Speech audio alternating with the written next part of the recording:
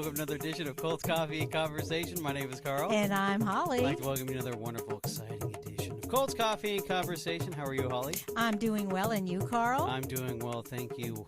Once again, Cultonites, thank you very much for giving us all your support. We do appreciate it. We love the shout-out, and, of course, a friendly reminder that what we are talking about, TM, Transcendental Meditation, is from one of you Cultonites. So we want to say thank you for that. We're going down a very interesting rabbit hole. We hope you enjoyed the episode previous when we talked about the Beatles. Yes. Very nice, very nice, very, very odd, very strange. That was the beginning of the end of the Beatles. Oh, yes, definitely. But anyway, for all you Cultonites out there, once again, thank you. If you want to reach out to us, we have our Facebook page at Cults Coffee and Conversation, Instagram at Cults Coffee Convo. Of course, we have the Twitter at Cults Coffee Con 1. That is Cults Coffee Con 1. And, of course, we have our wonderful, good old, faithful, reliable email address at cultscoffeeconvo@gmail.com. And we have our website, cultscoffeeandconversation.com. Just Cults Coffee Conversation. cultscoffeeconversation.com. That was I'm sorry. That makes a difference. Well, yes, it does. cultscoffeeconversation.com. But wait, there is more. Holly, take it away. Yes, you can get your smartphone, record a message in your voice memos, and send it off to cultscoffeeconvo@gmail.com. Awesome. Okay, before we get into our conversation about cults, let's talk about a coffee. Holly, what are we drinking? I am drinking a hot caramel macchiato upside down today.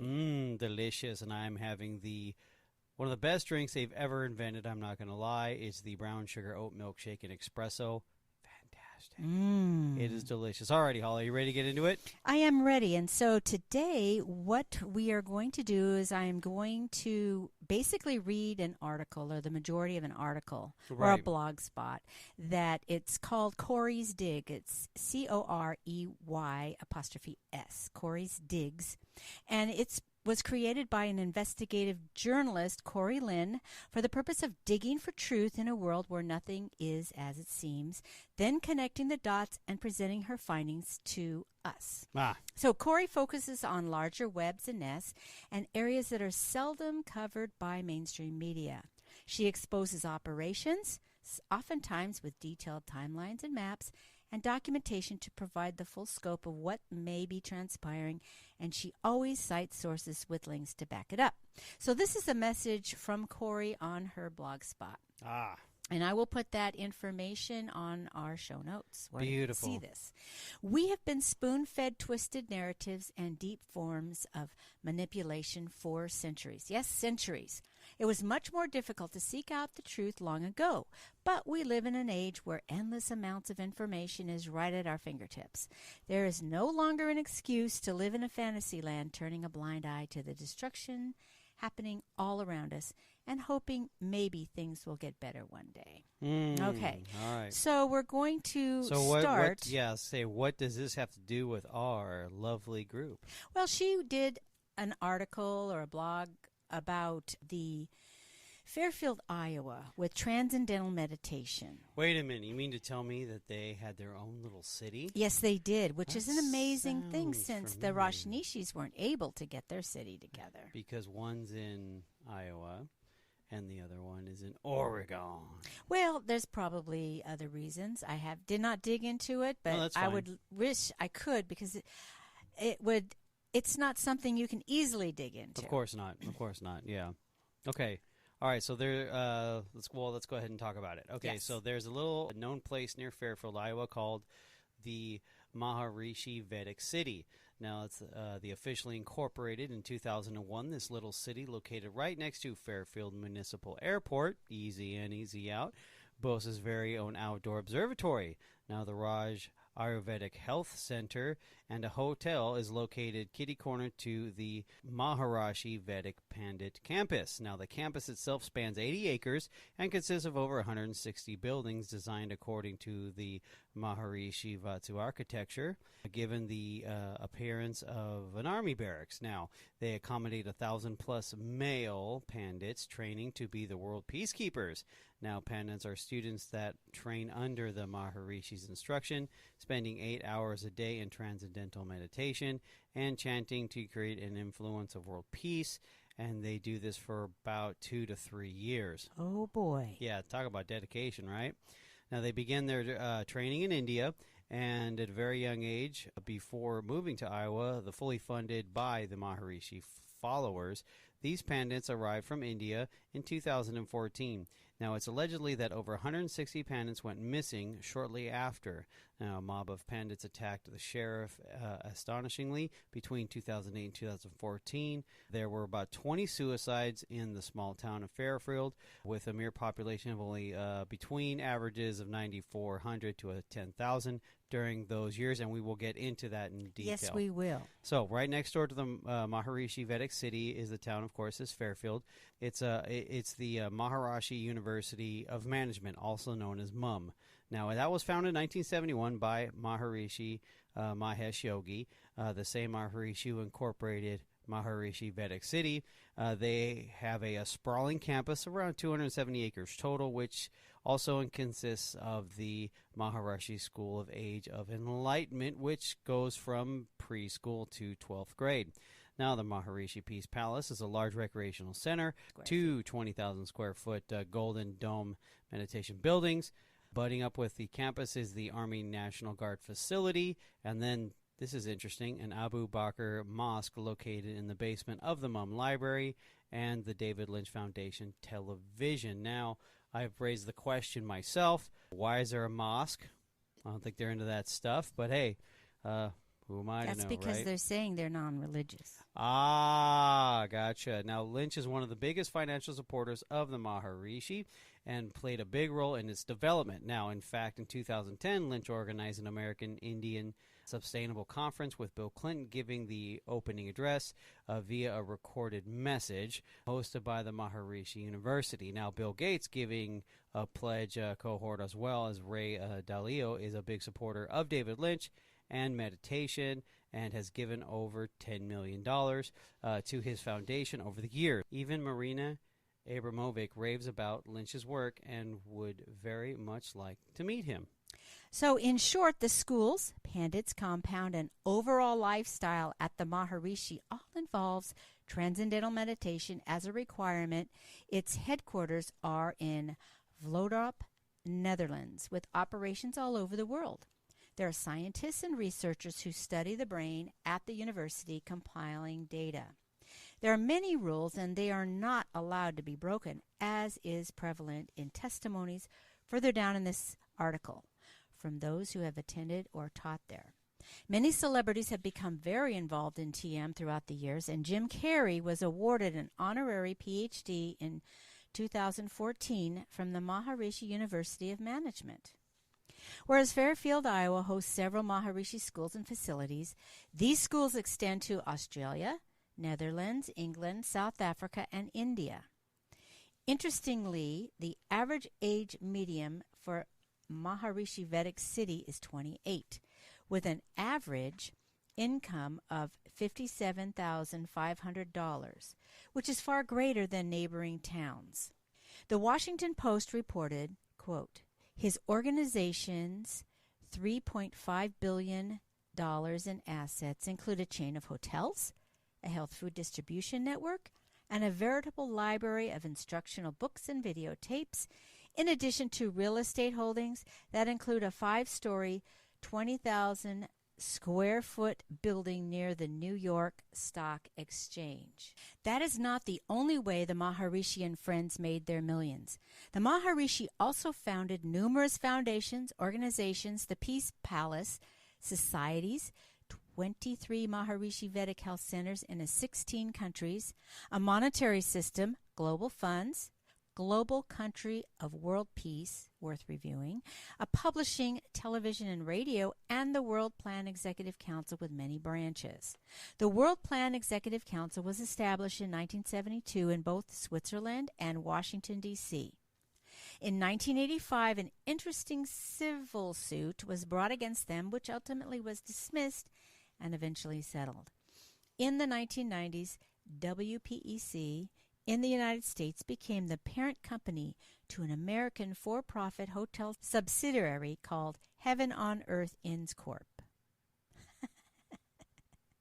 Rajas are stationed all across the world working towards the Maharishi's goals. A Raja is a title for a monarch or a princely ruler in the Indian subcontinent and Southeast Asia.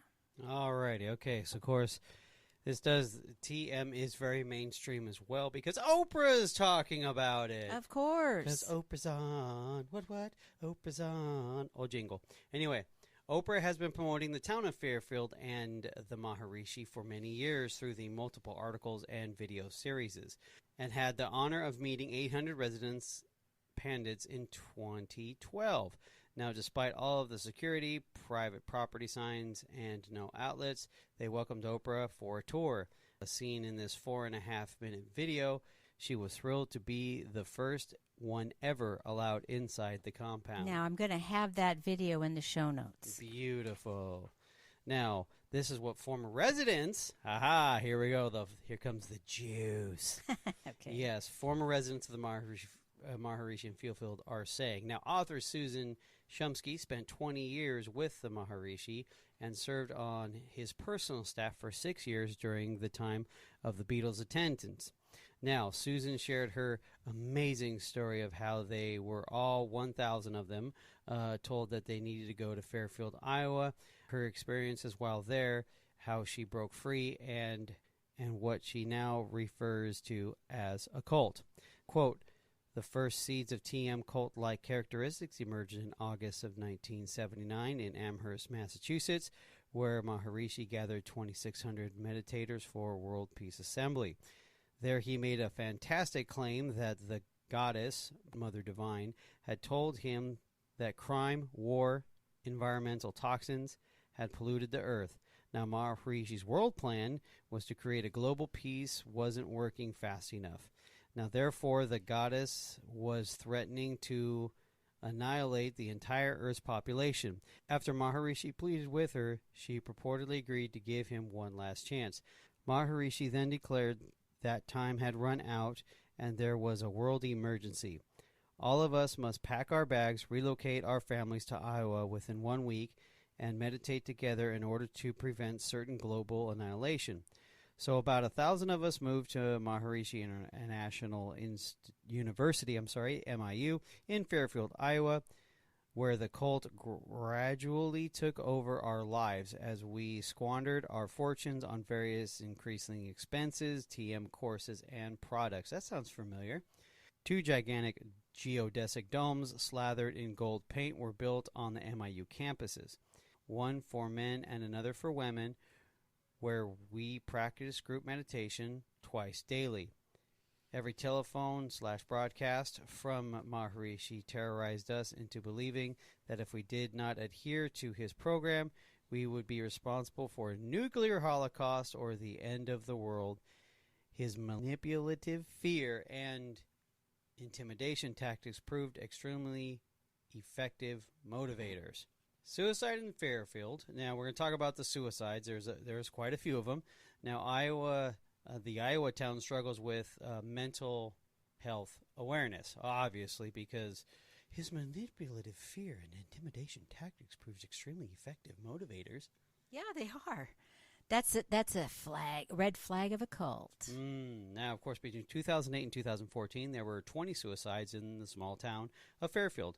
And the author believes that to be a connection with the Maharishi TM movement, not allowing those with a physical and mental illness to acknowledge it and instead feel shame. Now, let's talk about something a little bit more dark than suicides. Well, yeah, it's on the same point, though. Yes, it is. Death.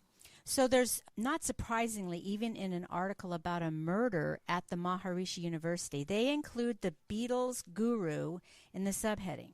The Guardian reported in 2004 that Shuvender Sem, a 24-year-old student at the university, sat down in the dining hall to eat with fellow students. He suddenly stood up, taking a knife from his pocket, and plunged it into the heart of a 19-year-old Levi Butler. Sem managed to stab him 3 additional times before he was restrained. Butler was pronounced dead at the hospital, and surprisingly, Sem remained calm as a cucumber with the police. The knife he used belonged to Dean Joel Wysong. Earlier that day, Sem had stabbed another student in the face with a pen, causing him to receive 7 stitches. Wow. Apparently, he was taken to the dean's apartment for supervision, and it was there that he stole the knife. Sem was charged with aggravated assault for the first attack and first-degree murder for the second. The university hadn't reported the earlier crime, which led to allegations that they intended to cover up the violence. Some believe that transcendental meditation may exacerbate existing psychological problems in students. Butler's family was outraged that Sem was allowed to continue his day at the premises after the first incident, which ultimately resulted in Butler's death. Dr. Carey Drool had taught physics at the university for 13 years and left after becoming disenchanted with the movement, stating, quote, "There were certainly initial benefits for some of the students, but the promise of complete enlightenment is just not true. It just doesn't happen, and I saw how this intense meditation can damage some students, particularly if they have mental problems," unquote. He went on to state, "There was a definite understanding between staff members that you must not allow any bad news to leak out. You were required to keep up this image of a perfect campus at all costs," unquote. All righty. Okay, now we got another incident. Now back in 2014, up to 80 Pandans, which are, of course, the Hindu Indian priests, vandalized and threw rocks at a sheriff's truck. Now, while the media called the incident a riot, the sheriff called it a, quote, flash mob, end quote. The Des Moines Register did a fantastic job detailing the incident, how the locals feel about the Maharishi compound, and it extensively details the life of a pandit after touring the compound. They state that some of the people who have parted ways with the meditators associated with the Maharishi University of Management, also known as MUM, called the Indian priest victims of human trafficking. Now, apparently, the program's administrators were returning one of them men to India due to, quote, administrative improprieties, end quote, without telling the others, and was one of the more popular pandits. Now, Jefferson County Sheriff Greg Morton asked to be there in case of a disturbance, creating a level of distrust. Goldstein, dean of the global country and the legal counsel of the Fairfield University, said the man was returning to campus and a group meeting was held, followed by 6 others being, quote, voluntarily, end quote, back to India. Fairfield Mayor Ed Malloy also believes in the need to keep pandits away from outside influences, but would like to see a little more transparency. Now, Malloy is a donor to the Pandit Project. Now, the Pandits are here on R1 visas issued to religious people. This is curious because they claim they are not a religious organization. Now, one former Fairfield TMer, Gina Katina, who now resides in California, believes that the Pandits are being used as fundraising tool. She also feels that, quote, this dream is an internal carrot on a stick, never to be achieved, end quote. Now, the Pandits live in barrack-style trailers, ranging from 2 to 10 bedrooms, with 2 or more in a room, inside a guarded fence. Of course, it's fenced in. A compound that they are allowed to leave if escorted. Now, they receive room and meals plus $200 a month, which is $150 is deposited into an Indian bank account for their families. Now, they have no access to the internet or cell phones, to have a purchased prepaid calling card to call back home, and the TV is tuned to Indian news programs via satellite in a common area. Now, they are prohibited from outside influences and don't even have contact with the guards. Now, despite this, one guard told the reporter that the Pandits sometimes offer him money to purchase them alcohol or tobacco. Now, he doesn't believe it's right to bring people from a third world country and isolate them.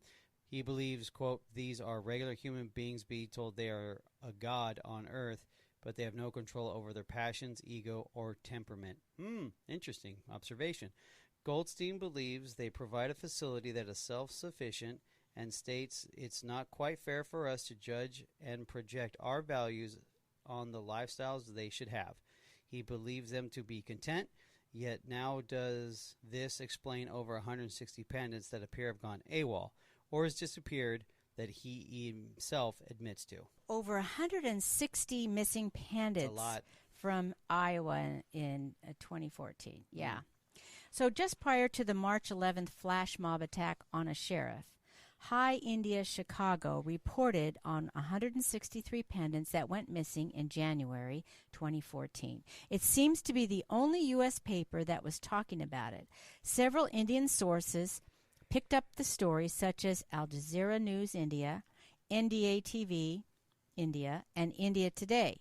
Yet for some unknown reason, High India's story, the only U.S. source that originally reported on it, seems to have been washed from their website. There had been 1,050 young Indians brought to the Maharishi that year, and 63 of them had gone missing. The Des Moines Register calls it AWOL. Goldstein says that sometimes pandits wander off and later return. But how is this possible when they are in a fenced-in security area and not allowed to leave without being escorted? These news sources refer to them as missing. These reports go on to state that the management running the Maharishi facilities did not even care to trace the missing people. They say that the global country of work peace does not know about the plight or flight of these Vedic scholars and said they have jumped the fence for immigration purposes or for chasing their American dream. But this doesn't make sense either, being as they are here on R1 visas for religious purposes. They are not authorized to work other jobs, and Sean Newdower of U.S. Immigration and Customs Enforcement said, if the men are breaking the terms of their visas, that's an issue for the State Department. Now, investigations by High India, that's funny, High India found that the kids of the program are enrolled at the young age of 5 in India with the permission of their parents who reside in low-poverty Hindi-speaking areas. Now, the parents are promised their children would be given education up to the 12th standard, now then turned into pandits or masters of the art of Hindu religious rites and services. Now, after 10 to 15 years, qualifying pandits have the choice to remain with the organization or leave the center and work outside on their own. Now, High India also found that the kids were rarely provided education beyond the 5th standard. Now, according to one pandit, a contract is prepared and signed by the organization and the pandit for rules, now regulations, and compensation before the visa application is processed. Now, they are sent to the U.S. for 2 years, which is a point their visa is either extended or they are sent back to India given another 2-year visa. Now, High India also reported that the contracts is drafted in the English, but a copy is not given to the pandit. Now, the contracts state that they'll be given $50 while in the U.S. and $150 to India, but the $150 is not given on a monthly basis to their families, but instead considered bond money. If the pandit behaves well, then he returns to India 2 years later. The compensation will be given to him and or his family. They go on to state that if management of Vedic City find out that there are pandits wishing to leave the U.S., they create a mock travel plan to where the pandits are taken in a van to Chicago O'Hare Airport and dropped at the entry gate.